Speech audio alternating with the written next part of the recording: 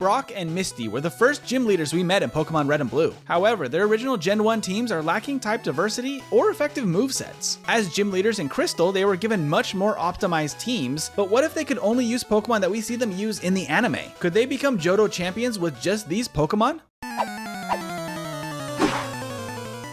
Of course, I needed to give Brock his beloved Onix as a starter. This rock snake has been at his side for years and is perhaps the most memorable Pokemon he uses. Onix, the rock snake Pokemon. This rock and ground type monster was somehow defeated by a Pikachu. Onix's defense is incredible, but a pitiful attack stat causes me to struggle even in the first rival battle against Silver. Chikorita's growl doesn't help either. If Onix didn't resist its tackle, I think I could have lost here. With the rival defeated and Elm's task completed, Brock heads north toward Violet City. The rock typing is actually very helpful here since the opponents use a lot of normal type attacks. Brock would really struggle with the Bellsprouts in Sprout Tower, so I instead go to Falkner's gym. The first trainers are no issue at all with Onix's high defense, but then I'm stopped in my tracks. Mudslap is a huge problem. The super effective damage and dropped accuracy are a roadblock even when holding a berry and using potions. Since I already fought the available trainers outside of Sprout Tower, I don't have any quick places to train. Now, absolutely dejected, I start walking back to Route 31 to train on wild Pokemon. But then I realize the solution is right in front of me. Dark Cave is home to two other Pokemon that Brock uses in the anime, Geodude and Zubat. Geodude, the rock Pokemon. This is a staple on Brock's team, but never evolves. Zubat, the bat Pokemon. It becomes more powerful with friendship. These two are both extremely low level, so I need to switch train them to even be able to use them. This was taking forever, but with Zubat's Leech Life, I can now beat the Bellsprouts until I can learn Supersonic. This move may be the quickest solution for Falkner, even if it isn't that reliable. I later realized that Geodude learns Rock Throw at level 11. This move was buffed in Gen 2 and would have been a better tactic for this gym. It would have taken a lot of training though, so maybe it would have been slower anyway. Using Zubat, I can confuse the Pidgeys and switch out to Onix, so the accuracy drops don't stack up. With his kooky strategy and enough potions, I can take down Falkner's Pidgeotto on the second try. I didn't think Brock would struggle that badly with the first gym. It's generally one of the easier ones. For Misty, I obviously had to change the starter to Staryu. This will be evolving into Starmie, so it kind of stands in for both of those team members. Staryu, the star-shaped Pokemon and Misty's oldest companion. The rival fight is a bit of a slog, but Staryu can get the win after eating a berry. But how does Staryu eat a berry? Misty defeats the trainers along Route 30 so that Staryu can learn Water Gun. At this point, I run into a similar issue since Staryu also cannot train in Sprout Tower very easily. I tried the gym at level 7, but quickly find that Staryu is just too weak at this level. I go out to train on a few wild Pokemon until I reach level 8. This makes a big enough difference with damage rounding that now I can work my way through the gym. I will need a bunch of potions though. I am allowing items in battle just for these runs. We're seeing how good the teams are, not really how good my play is. Falkner won't use Mudslap since he sees that Tackle and Gust do more damage. This gives Misty an easy first badge. I stop to pick up the Togepi egg, which I will actually hatch for Misty, and make my way south. At this point, Misty still only has one team member, but beating Falkner opens up her options. I can get the old rod from the Fisher in the Poke Center on Route 32, and then I can backtrack to Route 31 and fish for a Poliwag. Poliwag, the tadpole Pokemon. It would rather swim than walk. Now I'm back to Union Cave, and here I can pick up Swift. I immediately teach this to the Starfish Pokemon since that felt fitting. Before I leave the cave, I can fish for one more team member, Goldeen. Goldeen, the goldfish Pokemon. It flails outside of the water. Misty's Goldeen is notoriously terrible in the anime and even inspired the flopping animation we see in Super Smash Bros. But it does have the moves Peck and Supersonic, which might be necessary later. Misty has no trouble clearing the rockets out of Slowpoke well and easily defeats the bug trainers in Azalea Gym. In Bugsy's battle, I can set up Harden against his Metapod. I thought this would be enough to endure the Fury Cutter, but I was wrong about that. Scyther tears through Misty's team, giving her a second reset. On the second try, I can get an easy win because of Bugsy breaking the Fury Cutter chain by inexplicably using Quick Attack. I don't know what triggered this, but thanks, Bugsy. Now that Brock is past Falkner, I'm hoping he has a much easier time. While the trainers on Route 32 are no issue, Brock's team ironically doesn't have an answer for Rock-type Pokemon in Union Cave. I'll have more ground or fighting moves later, but right now it's best to just dodge the hikers. I pick up Swift, which goes to Zubat since it's the only one able to learn it. I can't decide who on the team should learn Mudslap though, since both Geodude and Onix need it. After a long internal debate, I give it to Onix since Geodude has a better move pool. Speaking of which, it finally learns Rock Throw in Slowpoke well. Here I'm trying to use Zubat as much as I can since it needs a high friendship to evolve into Crobat. Brock's team is great defensively, but right now he moves much more slowly through the rocket battles. With his rock types plus Zubat, the matchup against Bugsy is fantastic. An unlucky miss with Geodude allows Scyther to survive and knock it out, but Zubat can finish the job. Now Silver is up next, and his Bayleaf is a problem for both Brock and Misty. Mudslap is a good option for Ghastly, but I have to use Zubat against his grass starter. Supersonic's terrible accuracy delays the victory, but it's a very safe fight since Zubat double resists its Razor Leaf. Silver's own Zubat cannot survive the hurled rocks, and Brock gets the win. In the Ilex Forest, I realized that none of Brock's team can learn Cut, so I would be soft-locked at this point in the game. I decide to allow a Cut user for this specific tree for both Brock and Misty since they both have this issue, just so we can keep going. I picked up Headbutt and teach it to Geodude. I then start bonking trees to find a Pineco. Pineco, the Bagor Pokemon. It has a thick shell but doesn't move much. Brock's Pineco was particularly prone to exploding, and I'm guessing this one will end up doing the same thing. I have a few important stops in Goldenrod. First, Zubat needs a haircut. I have no idea how this actually works. The next task is one I created specifically for Brock. I go and pick up an Abra in the game corner. This is not for the team though, but rather for the trade in the department store. I climb to the 5th floor and we meet Susie. She was a replacement for the cool trainer Mike that usually trades him a Chop. But today, Susie trades us a Vulpix. Vulpix, the fox Pokemon. It can make fire that floats in the air. Vulpix is normally not available in Crystal version, but making it a special trade felt right for this specific character. However, it is not allowed to evolve since Susie's Vulpix never does. Brock's rock types pummel their way through the Goldenrod gym. Geodude even learns Magnitude just in time for Whitney. This normal type user is more intimidating or infatuating than I expected. Clefairy isn't an issue as long as she doesn't get a lucky metronome, but her attract and rollout are still a problem for Brock. I mean, it shouldn't be a surprise that infatuation is his weakness. Even after I drop Miltank's accuracy by 4 stages, it's a brutal fight. Milk Drink doesn't check accuracy and Attract somehow kept working? Darn you, Whitney. Onix eventually ends the fight after 12 minutes of game time. Back in Azalea Town, Misty may have a much tougher time against Silver's Bayleaf. His Ghastly is up first and loves causing paralysis. Both Poliwag and Staryu get statused. The cut speed is a small problem, but at least it deals very little damage. I have to let Staryu faint to get Poliwag on the field. I then hit Hypnosis to swap to Goldeen, but it gets knocked out. Without the other two, Poliwag can't hold out and I get a 3rd reset. The solution, surprisingly, is Goldeen's Peck. This little goldfish can take down Bayleaf while it sleeps. I make my way to Goldenrod while fighting all of the trainers, including this guy. Wait, Psyduck, you traitor! As I prepare for Whitney's gym, Togepi hatches from its egg. It'll be a while before it's useful though, since it only starts with Growl and Charm. Togepi, the Spikle Ball Pokemon. It can retract into its shell to sleep. I switch train Togepi up to level 8 on the way to Whitney. This normal gym leader gives Staryu the chance to set up Harden, but then Clefairy gets a lucky metronome roll and KO Staryu with Giga Drain.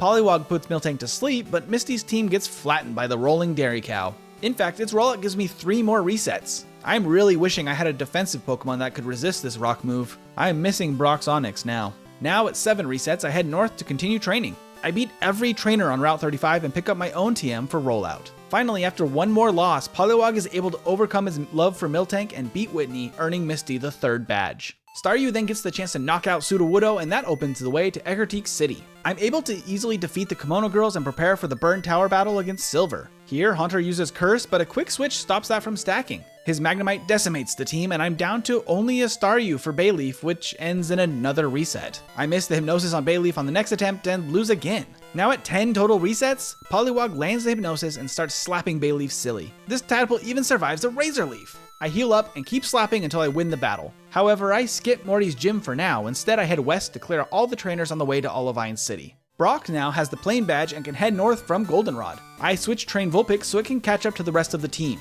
It does get boosted experience, which may make this a little bit more useful than it would otherwise be. Once I make it to the National Park, I walk all the way around the perimeter to pick up the TM for the ground move Dig. I give this to Onix right away to boost its damage. After obtaining the Squirt Bottle, I can encounter the newest member of Brock's team. While Sudowoodo is another rock type, its access to elemental punches and lack of ground typing makes it play much differently to Geodude or Onix. Sudowoodo, the imitation Pokemon. It is not grass type despite its brown-log-shaped body. While fighting the Kimono Girls, I let Pineco explode for a bit of fun. Once I pick up the HM for Surf, I jump into the battle against Silver. I lead with Onix, who digs the Haunter. I switch to Zubat, but his Bayleaf is just too strong. Vulpix has the type advantage though and takes down the Grass Dino. After that, Sudowoodo and Onix easily finish off the rest. I meet the legendary beasts and start toward Morty's gym. I was extremely confident with my ground types, and Onix starts off strong. It can't dodge the hypnosis from Gengar though and gets its dream eaten. I figured that Geodude could handle it, but Magnitude lets me down. The fight then spirals out of control and I get swept by the Laughing Ghost. Onix has a much worse start on the second attempt, but Brock earns the 4th badge with help from Geodude and Zubat. Brock has a major weakness to water types, but I have to head to the ocean. I battle my way to the top of the lighthouse while trying to get as much experience for Zubat as possible. Crobat is going to be very important for this team, one day. But until that evolution, Zubat makes some of these battles really rough. It really struggles to keep up, even against matchups like the Hitmons in Chuck's gym. I push through these fights with my little Zubat until it finally reaches level 22 and evolves into Golbat. Golbat, the bat Pokemon. It may or may not have a tongue. This little bat may be my weapon against Chuck. Or not. It just cannot keep up with his Primeape at this puny level. Vulpix and Sudowoodo work together to take the monkey down. After Geodude faints, Golbat gets another shot against Poliwrath, but its Surf deals too much damage. I tried 2 more times with similar results. This type matchup is really bad for Brock. I hang my head and scurry back to Olivine while fighting all of the swimmers along the way. Misty is also an Olivine, but I need the Good Rod to catch her next team member, Corsola. I first reel in a Magikarp, but I don't plan to catch one of these even though Misty does get a Gyarados on her team. Corsola adds the Rock type to Misty's team, which surprisingly lacks type diversity even more than Brock so far. Corsola, the coral Pokemon. It is energetic and tackles other fish. Corsola does get access to Rollout, which is a good stab move and makes this coral Pokemon a little bit more useful. I then travel back to Route 35 to surf on this pond and encounter Psyduck. This little guy is great for HMs, but may not be very useful in battle. Psyduck, the duck Pokemon. It is often stunned by headache and unable to think. I talk to Jasmine at the top of the lighthouse and then set sail for Cyanwood City. With Poliwhirl and Staryu trained up, I start the 5th gym. Misty gets one big advantage for this section of the game. Not only does she have a great type matchup for the next few gyms, most of her team can learn the powerful move Surf. Her typing in the Chuck battle would be extremely good if I had a Starmie. Unfortunately, I have not picked up a Water Stone yet, so I don't have the Psychic type. In the first battle, Poliwhirl misses 3 hypnoses in a row, allowing Chuck enough chances to roll for Dynamic Punch. The second attempt is a really disappointing struggle. I take his Poliwrath down to a sliver, but the team just doesn't have the damage or the luck and loses again. After snoozing for far too long, Poliwhirl headbutts just enough times to finally get the 5th gym badge. I then make a very important stop to talk to Tully. If you beat him and register his phone number, you can get the Water Stone that Misty needs to finally get her Starmie. I need to give him some time to give me a call back though, I guess. That's not the only team upgrade on the way though. I can finally catch a Gyarados. I know Misty's isn't the shiny one in the anime, but hey, a free Gyarados, who could argue against that? Gyarados, the atrocious Pokemon. Misty was once terrified of this creature. I swap the Goldfish Pokemon Goldeen for the much more intimidating Lake Dweller before heading back to Mr. Pokemon to trade the red scale for the experience share. During these errands, I also pick up Ice Punch for Poliwhirl and return for Togepi. Then the battle against Jasmine starts off really rough. Her Magnemites are dealing way more damage than I expected. I can deal back enough to knock out the second one, but once Gyarados hits the field, I only have it and Togepi left. Dragon Rage outputs enough damage to just barely KO the Steelix after 3 hits. With 6 badges in total, Misty can start the Rocket plotline. I'm actually really grateful for extra experience to get ready for the more difficult battles ahead. Brock's team is more prepared for Jasmine, in theory. Onix is an easy counter to the Magnemites now that it knows Dig. Instead of the second Magnemite, Jasmine immediately sends in Steelix after the first one goes down. I try to drop its accuracy since Iron Tail is already so inaccurate, but then Steelix gets so lucky that it sweeps the entire team, only missing once before taking down both Geodude and Golbat. The second fight stalls out and ends again after Jasmine heals Steelix. After this rough performance, I decided this team just needs more training. I beat trainers near Olivine and lose to Jasmine 2 more times. I go back and try to fight Chuck instead. By using Confuse Ray and an X attack, Golbat finally earns Brock a 5th gym badge. I still want that 6th badge from Jasmine, but she's a bigger roadblock than I expected. After another loss, I'm able to drop Steelix's accuracy by 3 stages. This finally lets me take the Steel type down and allow Geodude to finish the battle with Magnemite. Brock is temporarily borrowing Ash's Krabby for Surf, but only so I can get to the Elite Four, not for use in battle. I have to knock out the shiny Gyarados and then Brock enters the Rocket hideout. After helping Lance deal with Team Rocket, I face Price in the 7th gym. I lead with Sudowoodo since it doesn't have a double water weakness like Onix does, and the rock type even takes neutral damage from ice moves. The Goofy Tree clobbers its way through Seal and Piloswine. I set up with Confuse Ray with Vulpix, but the team cannot defeat Dugong. I play poorly on the next try and Sudowoodo faints. Vulpix takes over and defeats Piloswine. The Firefox deals just a bit of chip damage, allowing Onix to throw rocks and beat the Ice-type gym leader. I return to Goldenrod to teach Sudowoodo some ice and thunder punches. I race through Radio Tower, the Rockets can't withstand Brock's rock-hard tactics. After which, Silver ambushes me in the underground. His Meganium is intimidating, but Vulpix stands strong. It now knows both Attract and Confuse Ray to mess up its opponents. Golbat takes over to knock out the dinosaur and Onix digs to victory. Brock has a great balance to his team. Golbat nicely counters any grass-type threats while Onix and Sudowoodo deal with any physical attackers. The Rocket executives are weak to ground-type moves as well, so Brock easily clears the tower. However, the next battles in Blackthorn City won't be as forgiving. The vitamins in Ice Path and all that walking cause Golbat to evolve into Crobat. Crobat, the bat Pokemon. The second set of wings make it one of the fastest in Johto. Brock's team struggles against the trainers in the Dragon Gym though. There are a lot of water moves here, so I head south for some additional training to get Onix to level 36, so it can finally evolve into the much stronger Steelix. I did change both Steelix and Politoed to evolve at level 36 without trading, just so we can see them actually fully evolved in this playthrough. Steelix, the iron snake Pokemon. Underground heat and pressure made it hard as diamonds. Once I feel as prepared as possible, I return to the gym leader herself. I can use Steelix to set up Sandstorm to deal chip damage, but then it goes down to a critical hit Surf. Geodude nullifies a Thunderbolt so I can heal Crobat to take on Kingdra. The bat gets paralyzed, then I start to panic. Crobat goes down, leaving Steelix to stall the dragon, but it ran out of Surf. So Steelix is only taking hits of Dragon Breath and can use Sandstorm and Dig to finish off this seemingly unbeatable Kingdra. While in the Rocket hideout, Misty's Togepi evolved into Togetic. Togetic, the happiness Pokemon. It is dainty and can sense friendship.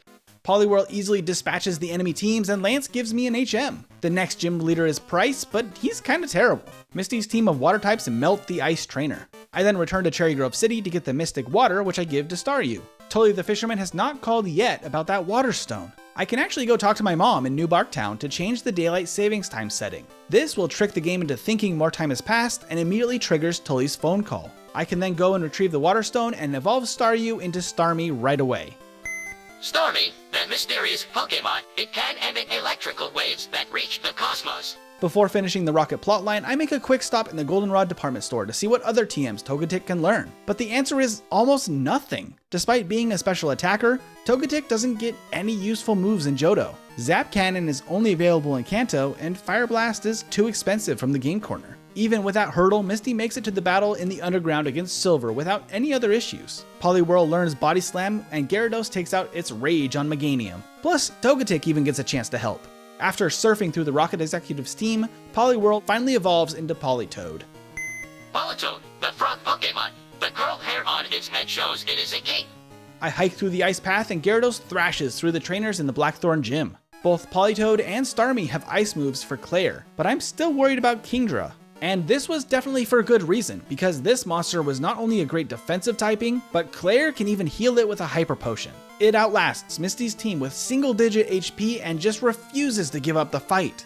After that fight, I stock up on healing items and then Gyarados wins the Water Dragon matchup. If only it had that typing. I then decide to fight all of the trainers on the way to Victory Road to make sure Misty's team levels up as much as possible. Even then, not a single member of this team has reached level 40 for this final battle against Silver. Meganium decimates the team, but after it goes down, all I need is a revived Politoed.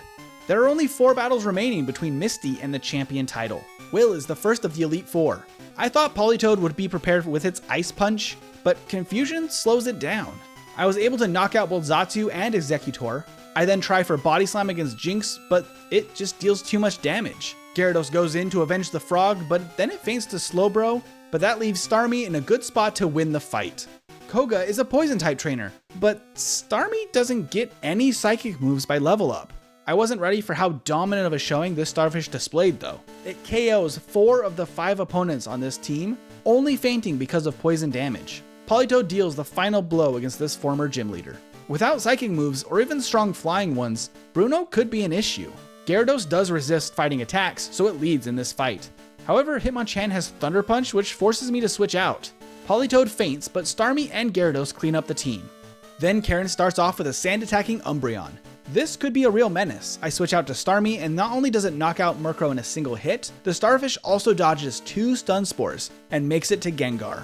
Politoed takes down Gengar after it uses Curse. Houndoom should be the easiest part of this team, in theory. It really messes me up though, and I accidentally let Starmie faint. I sacrifice Togetic to heal Gyarados, but the dog is just doing too much damage. I check to make sure Starmie outspeeds, which it does by a good amount. Then, by continuously reviving it, I slowly wear out Karen's little devil, even though she keeps healing it. But after that, Lance should be totally easy with my ice moves, right? Gyarados is pretty strong, but Poliwag gets past it and dodges Thunder to land an Ice Punch, which does not one-shot the Dragonite. It takes Politoed down, but Starmie also has Icy Wind, so it can follow up. It takes 2 hits on each Dragonite, but once the dragons are out of the way, Surf KOs the Charizard and the Aerodactyl in a single blow. And with that, Misty has become the Johto champion. This was a really dominant performance with 10 hours and 20 minutes of game time, 2 hours, 55 minutes of real time, and 13 resets. Brock's time is already higher than that result because of the tough mid-game. If anything, Brock is determined to still become the champion. I can finally get the TM for Earthquake in Victory Road. It makes the most sense to teach to Steelix. This move is not immediately useful for the fight against Silver, but Steelix makes it halfway through the team. Crobat beats Meganium, and I revive Steelix to finally use Earthquake on Magneton and Haunter. The Steel type is a really useful addition to Brock's team in Generation 2, especially for Will. I have to rely on the inaccurate Iron Tail though. Despite the terrible 75% accuracy of this move, it's performing pretty well. I make a few dumb mistakes by switching it to Crobat and then to Vulpix. After that messy play, I restart the fight and lead with Sudowoodo. It fails to take out Xatu, but Crobat can outspeed. I sack Pineco for a free switch. I can then rely on Steelix to miraculously take down Slowbro and the last Xatu. I then start with Sudowoodo again against Koga. This works for Ariados, but not for Forretress. The Shell Bug just explodes though, and I bring in Steelix. The Metal Snake's Rock Throw and Iron Tail deal about equal damage to Crobat actually, but now it's just up to Steelix to batter down the poison types. Sudowoodo starts the Bruno battle, which is a bad call. I quickly get Crobat on the field instead. His inferior Onix can actually take down Steelix though because of the difference in speed. I sack Vulpix to revive the Steel type, and it handles both of the Hitmons despite the weakness. Machamp is too much for the Steel type though, but Crobat is here to save the day. Almost. I try to have Pineco self-destruct to get the win, but it faints, so I revive Crobat. I then get back to Onix and bring Steelix back to consciousness, and then Onix just hits itself and ends the fight. Don't ask me why Sudowoodo is still leading the charge against Karen. At least this goofy guy is trying his best. Crobat is a much better option though. I confuse Gengar and I get to use Earthquake here. Then Crobat tags in to deal with Vileplume. Crobat goes down, and I try to face Houndoom with Steelix. Now that Steelix no longer resists fire moves, it leaves this team in an awkward place against the Hellhound. Crobat can do some damage, but it has to be revived to get the final hit. The experience from that fight finally evolves the last member of the team, Forretress. Forretress, the bagworm Pokémon. It launches pieces of its shell when distressed. Lance has a lot of elemental moves that may be an issue. Brock's team as a whole really lacks special stats. Sudowoodo struggles to hit a Rock Slide, but at least Crobat can use Confuse Ray to its advantage. After knocking out Gyarados, the first Dragonite is poorly suited to face Steelix, but then Charizard follows up. I bring back Sudowoodo to hit one Rock Slide, and the lizard survives. I let the tree faint since Crobat will outspeed and get a free hit. The next Dragonite's Blizzard though is a huge problem. Forretress is actually the best answer here with self-destruct. I confuse Aerodactyl and bring Steelix back, but the last Dragonite has Fire Blast. I'm really worried since Crobat is the only one left now. I frantically revive some team members just in case. It lands Outrage though, and I lose. The next attempt plays out the exact same way, including Forretress exploding, and I lose a second time. I'm a little more careful on the third try, and when I get to Aerodactyl, I take the chance and heal the team. Then Steelix faints to Dragonite's Flames. I do have more surviving team members, so I can swap in Forretress while the dragon is locked in Outrage and use self-destruct again. However, this time Lance was holding back his Dragonite with Blizzard. I only have Forretress remaining, so I revive Crobat while it recharges from Hyper Beam. I use self-destruct again, but it doesn't deal enough. I stall out the battle while it uses Hyper Beam to revive Vulpix, and then Forretress explodes one last time. I had no idea that self-destruct would be such a critical part of Brock's strategy here. But with that win against Lance, Brock finally becomes the champion. At 3 hours, 50 minutes, and 20 seconds of real time, 13 hours, 21 minutes of game time, and 17 resets. Brock's team was definitely harder, both in tactics, but also with their high defense stats. Besides Crobat, his team is much more suited for stalling fights. Misty surprisingly fits the description she gives herself in Red and Blue. She was much better suited for all-out attacking and had an easier time sweeping opponents' teams.